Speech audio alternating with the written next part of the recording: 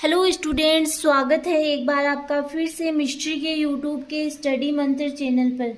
आज हम लोग डिस्कस करने वाले हैं साइटोलॉजिकल और molecular analysis of suit apical meristem.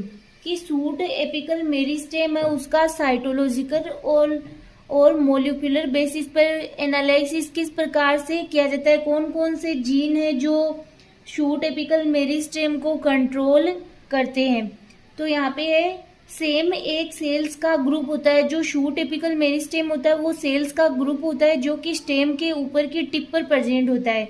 किसी भी प्लांट का सूट सिस्टम उसके प्रो एम्ब्रियोजेनिक डेवलपमेंट के टाइम ही बन जाता है। मेरिस्टेम टिश्यू में रैपिड डिवीजन करने की कैपेसिटी पाई जाती है। यदि यह शूट के एपिकल पार्ट पर प्रेजेंट है तो इसे शूट एपिकल मेरिस्टेम कहते हैं, और यदि रूट के एपिकल पार्ट पर प्रेजेंट हो तो इसे रूट एपिकल मेरिस्टेम कहते हैं।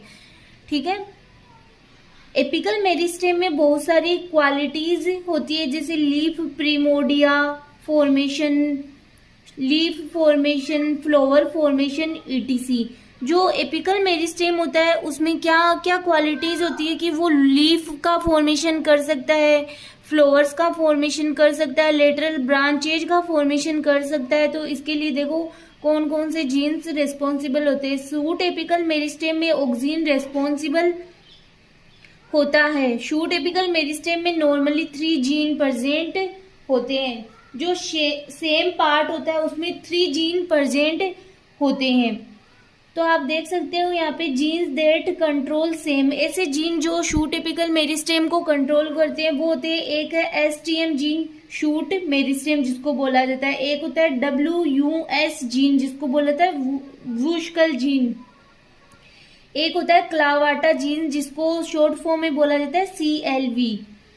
यदि हमें किसी भी जीन के बारे में जानना हो तो हम उसे म्यूटेंट कर देते हैं, जिससे उस जीन का फंक्शन भी, जिससे वो जीन का क्या होता है फंक्शन भी स्टॉप हो जाता है, और हम क्या कर लेते हैं उस जीन के बारे में, उस जीन के फंक्शन को ज्ञात कर लेते हैं। अगर हम लोग किसी जीन को म्यूटेंट कर रहे हैं तो ऑब्वियसली उसका फंक्शन भी म्यूटेंट हो जाएगा कि वो उसके द्वारा जो फंक्शन हो रहा है वो नहीं हो पाएगा। तो हमें पता चल जाएगा कि ये जीन कौन सा फंक्शन कर रहा है। यहाँ पे आप लोग देख सकते हो ये शूट एपिकल मेरिस्टेम का सिंपल डायग्राम बनाया हुआ है। यहाँ पे लीफ प्रिमोडिया, ये 3 जीन आपके दे रखे, ये क्लावाटा 1 है, यहाँ पे क्लावाटा 2 और क्लावाटा 3, इनके फंक्शन भी अब हम लोग नोट डाउन करेंगे। जो क्लावाटा 3 है वो किसको इनहिबिट कर रहा है, WUS जीन को इनहिबिट कर रहा है CLV1 की प्रेजेंस में। तो आगे हम लोग देखते हैं इनके जो फंक्शन है उनको नोट डाउन करते हैं। जीन्स दैट कंट्रोल सेम, वो जीन जो सेम को कंट्रोल करते हैं। फर्स्ट है यहाँ पे लिखा हुआ है नॉर्मल जीन, यहाँ पे लिखा हुआ है mutated gene. STM and WUS gene meristem cell को अनडिफरेंशिएटेड स्टेट में बनाए रखता है, तो ये इसका फंक्शन है। बट STM जो शूट मेरिस्टेम होता है और WUS के म्यूटेंट होने पर SAM की ग्रोथ स्टॉप हो जाती है। क्लावाटा जीन अनडिफरेंशिएटेड सेल को एक लिमिट तक ग्रोथ करने देता है, ये इसकी ग्रोथ पर कंट्रोल करता है। STM जीन सेल में डिफरेंशिएशन को प्रमोट करती है, अतः इसको म्यूटेंट करने पर सेल की ग्रोथ स्टॉप हो जाएगी। देखो क्या होता है कि जो शूट मेरिस्टेम होता है और WUS जीन होता है वो किसके लिए रिस्पॉन्सिबल होता है, जो मेरिस्टेमेटिक सेल होती है उसको अनडिफरेंशिएटेड स्टेट में बनाए रखने के लिए रिस्पॉन्सिबल होता है। और जो अगर इन दोनों में म्यूटेशन हो जाए तो क्या होगा कि सेम की ग्रोथ स्टॉप हो जाएगी।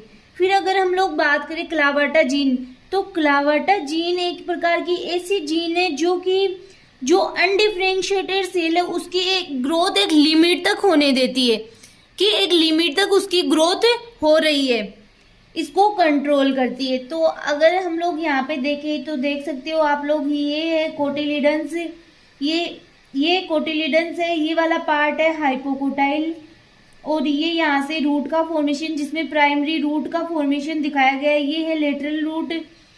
तो आप ये डायग्राम बना सकते हो। ये यहाँ पे प्रेजेंट है शूट एपिकल मेरिस्टेम, जिसको कि यहाँ पे अलग से बनाया गया है, ये वाला पार्ट यहाँ पे अलग से बनाया गया है।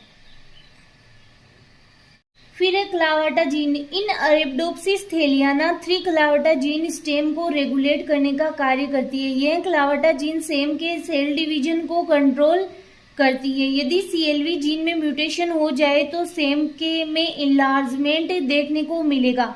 अगर जो क्लावाटा जीन है उसमें म्यूटेशन हो जाए तो सेम में क्या मिलेगा, इनलार्जमेंट देखने को मिलेगा। अब यहाँ पे दे रखी है कि कौन कौन सी कैटेगरी में CLV जीन डिवाइड है, CLV1, CLV2 और CLV3। CLV1 जीन एक रिसेप्टर काइनेज होता है जिसके अंतर्गत काइनेज एक्टिविटी देखने को मिलती है। CLV1 में काइनेज एक्टिविटी देखने को मिलती है तथा CLV2 में काइनेज एक्टिविटी देखने को नहीं मिलती है। CLV3 जीन CLV1 पर जाकर बाइंड होता है और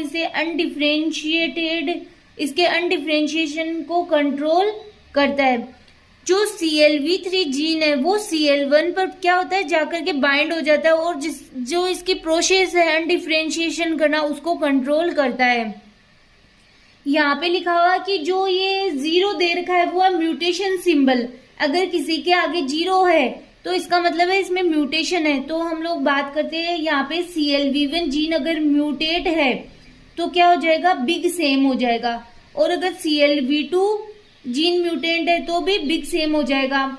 अगर यहाँ पे जो वुश जीन है, WUS वुश जीन है, उसमें म्यूटेशन हो जाए तो स्मॉल सेम हो जाएगा। शूट एपिकल मेरिस्टेम कैसा होगा, स्मॉल होगा।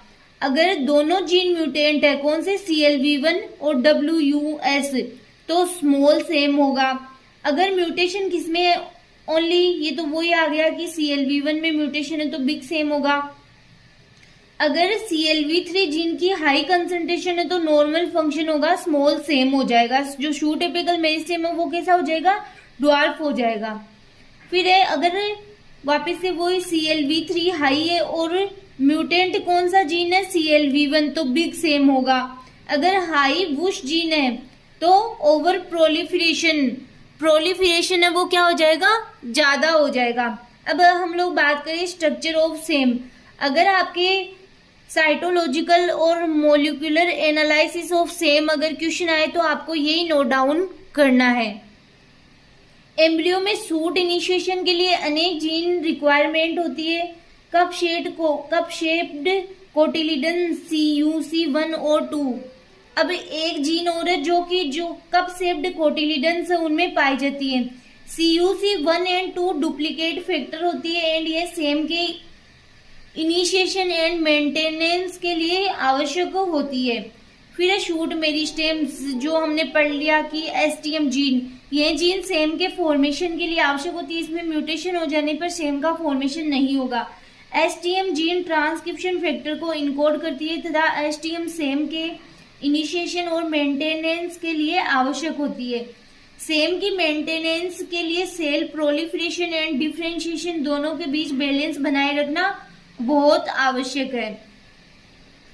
फिर अगर बात करें क्लावाटा 1, 2, 3 जीन, सेम में प्रोलिफरेशन को कंट्रोल करती है तथा इसमें म्यूटेशन हो जाने पर ओवर प्रोलिफरेशन होता है। ये जीन सेल डिफरेंशिएशन को भी प्रमोट करती है। अगर क्लावाटा 1, 2, 3 जीन में अगर क्या हो जाए, म्यूटेशन हो जाए तो क्या हो जाता है, ओवर प्रोलिफरेशन हो जाता है। और ये जीन, इनका फंक्शन क्या है कि ये सेल डिफरेंशिएशन को प्रमोट करती है।